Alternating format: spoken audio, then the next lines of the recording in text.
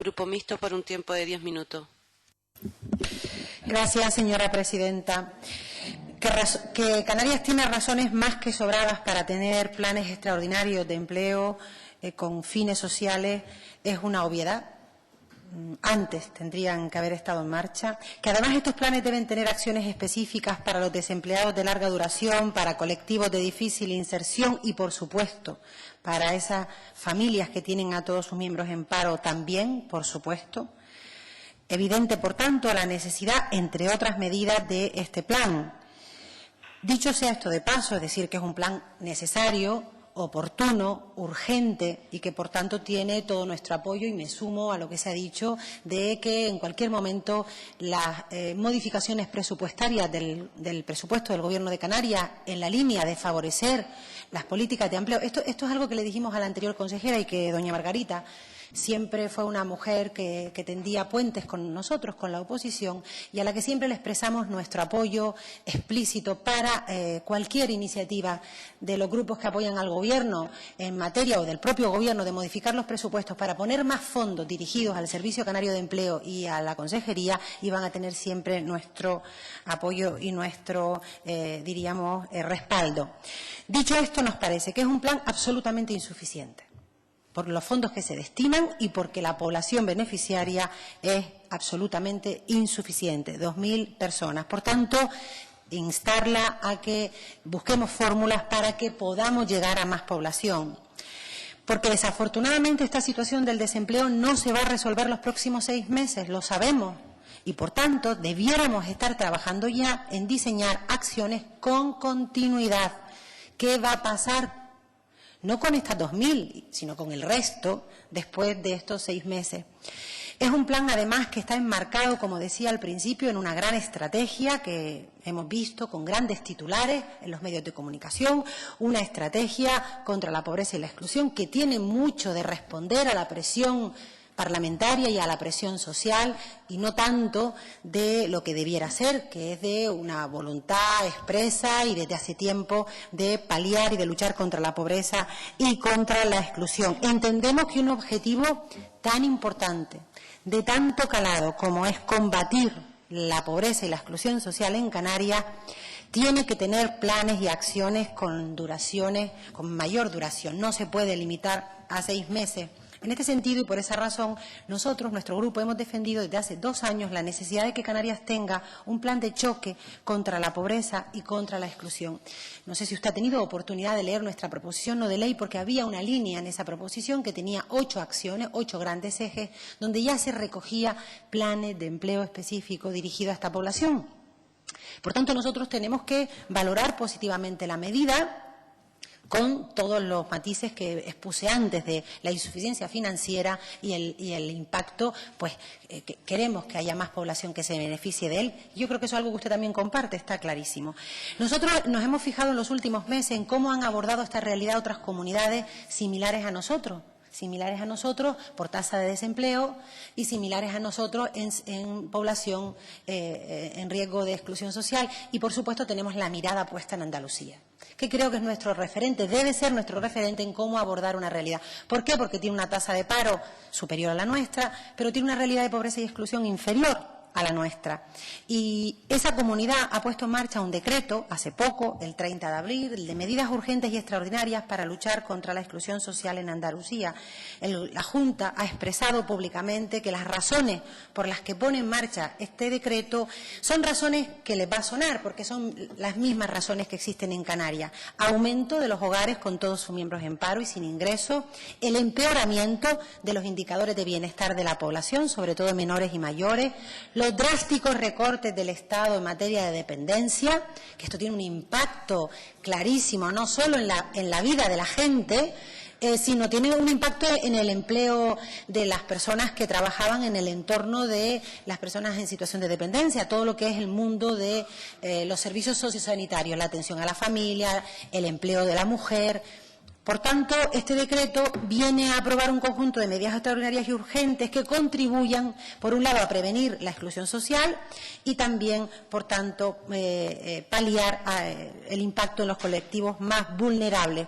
Dentro de este decreto son prioritarias las políticas de generación de empleo y de inclusión social.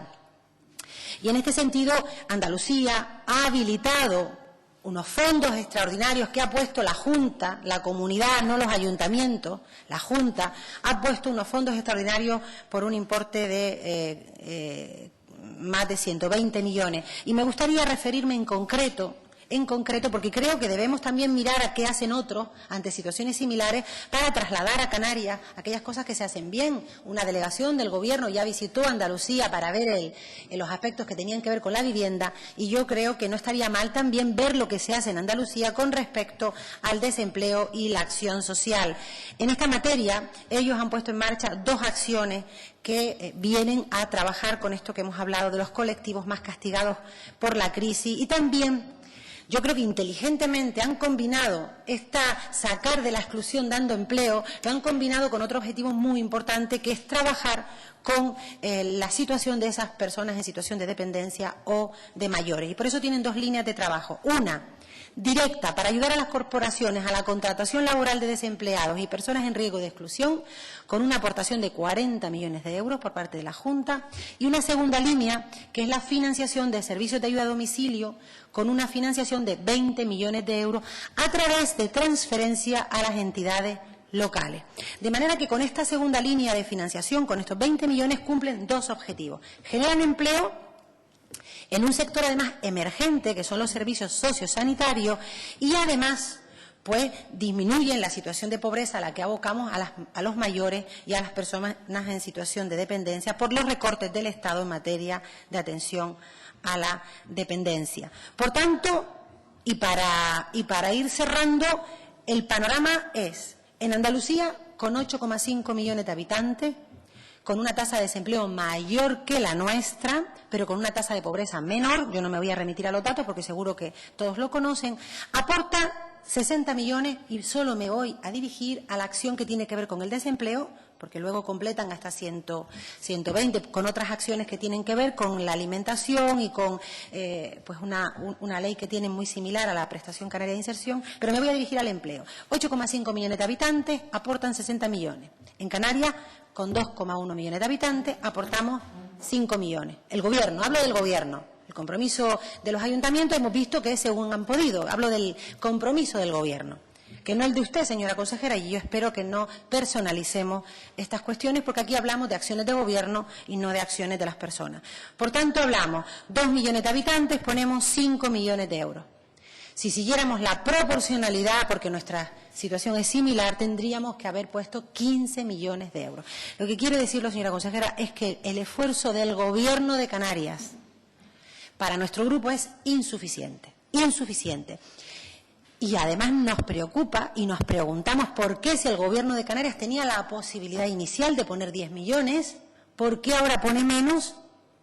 Por el hecho de que los ayuntamientos que tienen las posibilidades que tienen, pone menos cuando es competencia plena del Gobierno de Canarias. Y esto no se lo digo yo. Eso es una reivindicación de los ayuntamientos, poner más fondos. Una cosa es lo que dice la cúpula de la FECAN, que como la señora portavoz del Partido Socialista ha sido clara al decir la cúpula, la dirección de la FECAN, y otra cosa es lo que dice la asamblea de la FECAN, que son todos y cada uno de los ayuntamientos canarios. Y yo, pues con los ayuntamientos de Gran Canaria con los que hablo, pues me dicen que el fondo es insuficiente, que el Gobierno debería haber mantenido esos 10 millones de euros, que menos, y luego, pues, implicar, yo creo que aquí ha faltado la implicación de los cabildos.